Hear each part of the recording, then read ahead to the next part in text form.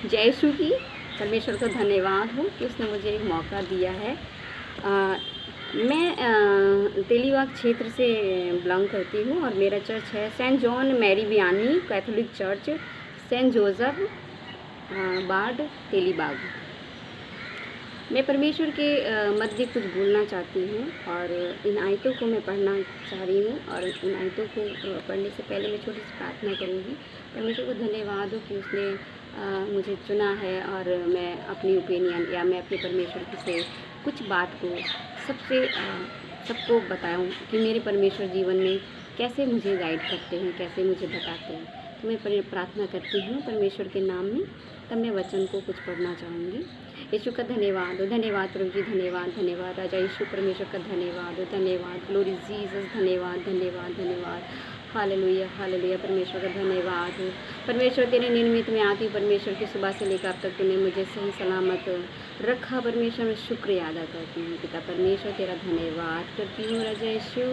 और प्रभु जी जो तूने मुझे वचन दिए हैं परमेश्वर, तू मुझे अपने शब्दों से भर परमेश्वर और ऐसी वाणी दे परमेश्वर कि मैं खुद तेरे नाम से प्रेरित होकर कुछ बोल पाऊँ परमेश्वर। तेरे नाम से परमेश्वर इस वचन को पढ़ पाऊँ और प्रभु जी समझा पाऊँ, खुद को भी समझाऊँ और परमेश्वर जो इसको सुने और परमेश्वर इससे प्रेरित हो कि हमारे परमेश्वर का वचन हमें सत्य का मार्ग दिखाता है और छोटी छोटी बातों से हमें कितना प्रेरित करता है कि हम परमेश्वर के निर्मित कैसे अधीन हो जाते हैं, कैसे हम उसको चाहने लगते हैं, कैसे हम उसके पीछे हो जाते हैं। क्योंकि परमेश्वर का वचन सत्य का मार्ग है, क्योंकि हमारा परमेश्वर सत्य है, जीवन है, मार्ग है। और जो भी व्यक्ति, जो भी बच्चा, जो भी भाई बहन प्रभु जी के नाम में जुड़ते हैं वो इसी नाम से इसीलिए जुड़ जाते हैं क्योंकि हम सत्य के मार्ग पे चलने लगते हैं। परमेश्वर का धन्यवाद हो कि उसने मुझे चुना है कि मैं उसके पीछे चल सकूं। परमेश्वर का धन्यवाद करती हूँ आज के समय के लिए। सारा आदर महिमा परमेश्वर तुझे देती हूँ खुदावन। और परमेश्वर इस संसार के सारे जगत को परमेश्वर तेरे हाथ में सौंपती हूँ। इस पृथ्वी के एक एक मानव को परमेश्वर, क्योंकि चाहे वो किसी भी रिलीजन से हो पर परमेश्वर उसका आत्मा परमेश्वर के घर से आता है। परमेश्वर अपना आत्मा हमको दे के भेजता है। जो परमेश्वर को जान लेते हैं वो परमेश्वर के निर्मित चलते हैं और जो परमेश्वर को नहीं जानते खुदा बाप वो अपनी भक्ति के अनुसार चलते हैं परमेश्वर। और जिसे तू चुनता है, जिसके हृदय में परमेश्वर तू प्रेम अपना डालता है परमेश्वर, वो तेरी भक्ति को जान के तेरे निर्मित होके चलते हैं। क्योंकि परमेश्वर का आत्मा सबके हृदय में है, सबको सही राह दिखाता है, सबको समझाता है परमेश्वर। मैं तेरा तहे दिल से शुक्रिया अदा करती हूँ कि परमेश्वर तूने मुझे चुना है और मुझे आशीषों से भर परमेश्वर। तेरा वचन में योग रीति से पढ़ने और समझाने पाऊँ परमेश्वर। यीशु का धन्यवाद करते हुए सारा आदर महिमा तुझे देते हुए परमेश्वर मांगती हूँ यीशु मसीह के नाम में होके आमीन। प्रभु ईश्वर को धन्यवाद हो। धन्यवाद प्रभु जी। बहुत शुक्रगुजार हूँ। एक छोटी छोटी सी बातों को हम अपने परमेश्वर के मध्य रखते हैं क्योंकि परमेश्वर हमारा इस तरह से हमें सिखाता है कि छोटी सी बातों से हम बहुत कुछ सीख सकते हैं। जैसे पहला वचन है लूका 17 में लिखा हुआ है, फिर उसने अपने चेलों से कहा ठोकरों का लगना तो अनिवार्य है। हालेलुया। क्योंकि परमेश्वर कह रहा है कि ठोकरों का लगना अनिवार्य है। वो अपने चेलों को समझा रहा है। जैसे चेलों को उसने समझाया, अब वो बात हमारे भी समझ में आई कि सच में ठोकर का लगना ज़रूरी होता है। उससे हम बहुत कुछ सीखते हैं। हम अगर स्वाभाविक तौर पे बहुत सॉफ्ट होते हैं और कुछ नहीं जानते तो हमारी इस नासमझी का फ़ायदा दूसरे लोग बहुत उठाते हैं। तो जब हमें ठोकर लगती है, जब उन सब लोग जो जिसका हम भला करते हैं उससे हमें जब ठोकर लगती है ना, तो वो परमेश्वर हमें उठाने के लिए ऐसा करता है। जब तक हम बुरे इंसान, जैसे हमारे साथ कोई रहता है और वो हमेशा हम उसकी सहायता करें, हमेशा उसकी सहायता करें, पर कभी उसी के ज़रिए हम जब ठोकर खाते हैं ना, तब हमें बहुत बड़ी सीख मिलती है। तो परमेश्वर कहता है हाय उस मनुष्य का जिसने तुझे ठोकर खिलाई। हमारा परमेश्वर कहता है कि हाय उस मनुष्य का जिसकी वजह से तुझे ठोकर मिली। पर इस ठोकर से पता है हम बहुत कुछ सीख जाते हैं और इससे हम जब सीखते तो हम दूसरे को बताते कि परमेश्वर हमारा कितना भला है और वो हमें किस तरह से बचाना चाहता है तो कहता है ठोकरों का लगना भी अनिवार्य है। तो इसीलिए कह रहा है, क्योंकि अगर हम ठोकर नहीं खाएंगे तो हम आगे समझेंगे कैसे, हम बिल्कुल समझ नहीं पाएंगे। हालेलुया।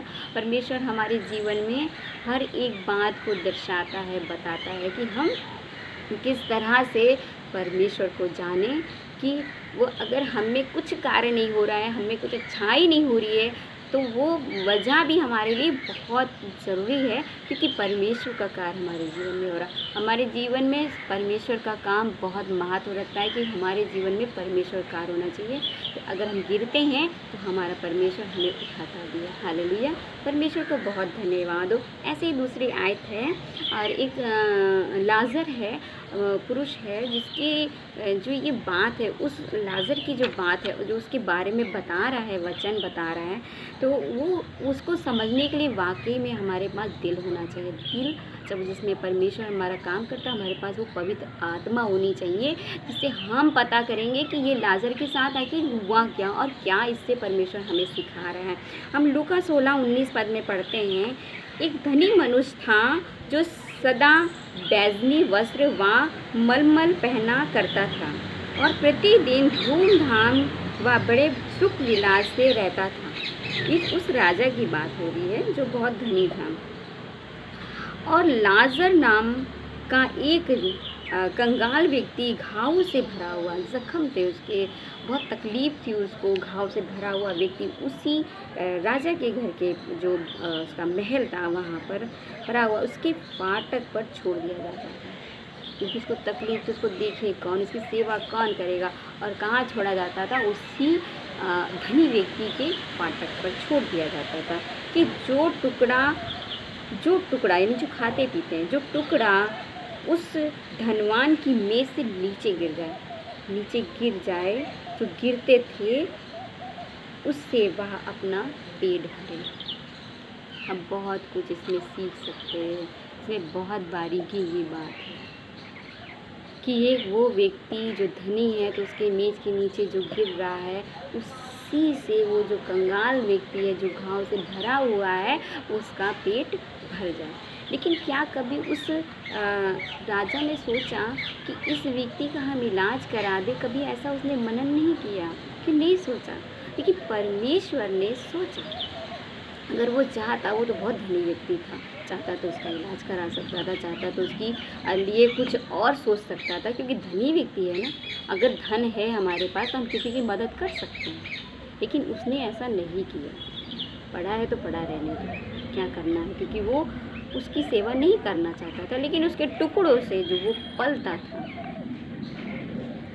उसके द्वारा उसका क्या उद्धार हुआ। जब वो लाजर जख्म में था, तो पता है फिर थोड़े दिन बाद वो मर गया, और थोड़े ही दिन बाद वो राजा भी मर गया। जब वो कंगाल यानी कि लाजर मरा, तो स्वर्ग गया, तो परमेश्वर उसे एक ऐसा सिंहासन, ऐसी जगह देता जहाँ सुखी सुख था, जहाँ कोई दर्द नहीं था, कोई तकलीफ नहीं थी। और जब वो राजा वहाँ पहुँचता है, तो वो नर्क में जाता है। वो नर्क में जाता है और वहाँ चिल्लाता रहता है, परमेश्वर से विनती करता रहता है कि मैंने क्या किया, मैं तो इतना सुख सुविधा में रहने वाला था, ये सब नहीं झेल सकता।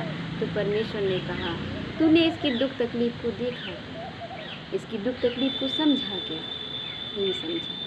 इसी तरह से हमारे लिए ये चीज़ बहुत मायने रखती है। क्या हम किसी को समझते हैं, दुख तकलीफ को समझते हैं?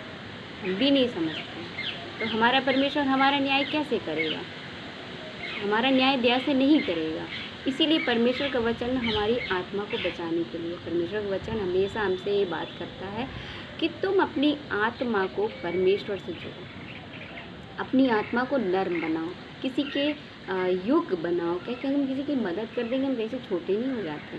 अगर मेरे पास धन नहीं है, मेरे पास धन नहीं है, लेकिन हम किसी तरह से किसी की मदद कर सकते हैं। हम इस वचन से यही सीखते हैं कि जो कुछ सुख जो इस पृथ्वी पे हम लेते हैं, तो ये ना सोचे कि हम यहाँ से जाएंगे तो यही सुख हम वहाँ भी पाएंगे।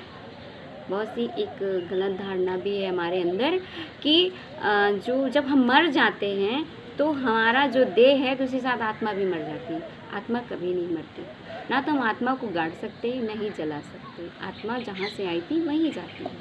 हालेलुया। इसमें सच्चाई है और सच्चाई रहेगी। हम यहाँ जिस तरह शरीर के साथ अपने पापों का स्वीकार कर लेते हैं, अंगीकार कर लेते हैं, तो ये हमारे लिए भला का काम है और यही हमें करना चाहिए कि हम इस शरीर के साथ ही पश्चाताप करें। पश्चाताप कर लेने से परमेश्वर बहुत आनंदित होता है। स्वर्ग में आनंद मनाया जाता है कि जिस बच्चे को मैंने इस पृथ्वी पे भेजा कि जाओ खाओ पियो खेलो कूदो, तो कम से कम इसने इस बात को तो माना कि इस संसार में रहते हुए भी हम जो हैं पाप कर बैठते हैं, पाप हमसे हो ही जाता है। तो इस बात को हम ध्यान रखते हुए अपने शरीर के साथ पश्चाताप करते हैं। हमारे पुरोहितगण हमें यही सिखाते हैं कि जब हम जिंदा हैं, जब हमारे पास वक्त है, तो हम अपने पापों का पश्चाताप करें और तभी हम परमेश्वर के उसी सुख को ले पाएंगे जिसे लाजर ने दिया। हम अपने आप को अच्छी तरीके से जानें। हालेलुया। परमेश्वर का बहुत बहुत धन्यवाद हो कि परमेश्वर के वचन से हम बहुत कुछ सीखते हैं, बहुत कुछ जानते हैं कि परमेश्वर वचन है ही ऐसा। परमेश्वर के वचन पे बहुत सारे क्वेश्चन भी लगते हैं, लेकिन क्यों क्वेश्चन लगते हैं? क्योंकि आप जानना नहीं चाहते, आप पढ़ना नहीं चाहते। जब आप पढ़ते, आप बाइबल को देख के बिल्कुल भी मतलब घबरा जाते हैं या फिर उससे मेल नहीं रखना चाहते हैं। ऐसा क्यों होता है?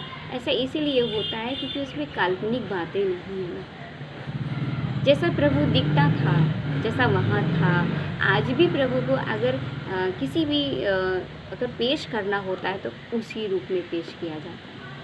उसमें बनावटी नहीं दिखाया जाता। ये नहीं कहा जाता कि थोड़ा सा सजा दिया जाए, उसको पेंटिंग कर दिया जाए। नहीं, हमें रंगीन दुनिया नहीं, हमें परमेश्वर का सादा जीवन अपने जीवन में लेना। क्योंकि परमेश्वर जिस सादगी से सबके लिए प्रार्थना करना, सबके लिए चंगा कुड़ियों को या रोगों को चंगा करना, दुष्ट आत्माएं निकालना, परमेश्वर अपने प्यार से हमें इतना प्रेरित करता है कि हम अगर दुआ हिफाजत में रहे तो परमेश्वर अपना सामर्थ्य देता है, अपनी शक्ति देता है। और लोगों के अंदर हम जब दुआ करते हैं तो हमारी वजह से आप ठीक नहीं होते हो, आपका विश्वास आपको ठीक कर देता है। आपके विश्वास से आप चंगे हो जाते हो और फिर आप भी जब प्रार्थना करते हो तो आपके अंदर भी परमेश्वर का आत्मा काम करता है। हालेलुया। परमेश्वर को बहुत धन्यवाद हो कि परमेश्वर से हम बहुत कुछ सीखते हैं, बहुत कुछ सीखते हैं। हम परमेश्वर से वो सीख जाते हैं कि परमेश्वर हमें बचाने के लिए प्रेरित करता है। और जितने पासवान हो, कोई भी हो, भाई बहन कोई भी हो, अगर वो प्रचारक है तो उसकी आत्मा का काम जो हो रहा है, जब वो प्रचार करता है, जब वो बोलता है तो वो परमेश्वर से बोलता है। क्योंकि परमेश्वर की आज्ञा ही वचन से यही है कि तुम जाओ और लोगों को बताओ कि परमेश्वर का आत्मा सबको बचाना चाहता है। जाओ और मेरे नाम से प्रचार करो, बताओ। क्योंकि वचन जो है वो बहुत धैर्य से समझने वाला है। छोटी छोटी बातों को आप जैसे पढ़ लिए, उसके लिए विवाद करना, उसके लिए थोड़ा सा आप गलत बोल जाना, आप जल्दी में बोल तो जाते हैं, लेकिन जब सच्चाई को जानेंगे, परमेश्वर को जानेंगे, परमेश्वर की बातों को धैर्य से समझेंगे। धैर्य बहुत ज़रूरी होता है। मनुष्य के जीवन में धैर्य का बहुत महत्व है। परमेश्वर चाहता है कि हम अपने धैर्य को बनाए रखें। खुदावंद यीशु मसीह का सारा जीवन धैर्य से था। धैर्य ना होता तो वो क्रूस पर इतनी बड़ी बलिदान कुर्बानी ना देता। किसके लिए दिया? हमारे और आपके लिए दिया, कि ताकि हम प्यार को समझ सकें। प्यार क्या चीज़ है? प्यार बलिदान परमेश्वर ने हमको दिया और मार्ग भी दिया कि तुम अगर पश्चाताप करोगे तो परमेश्वर तुम्हें आनंद से भर देगा। हालेलुया।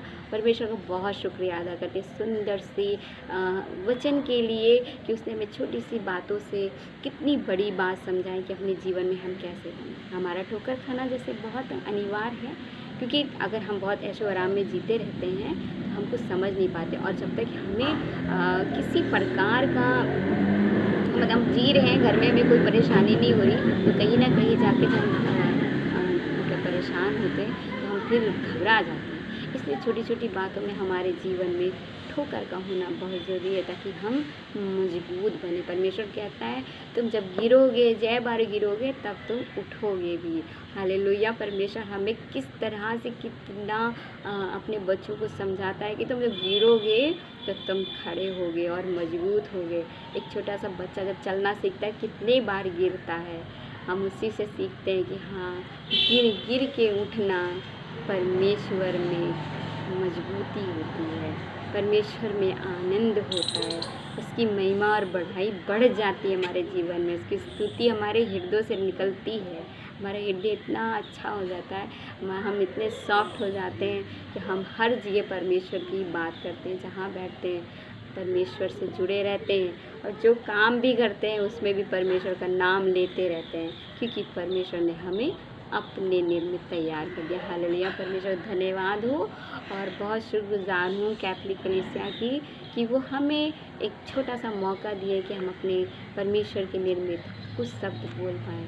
जय यीशु की परमेश्वर का धन्यवाद हो। आमीन। सिर्फ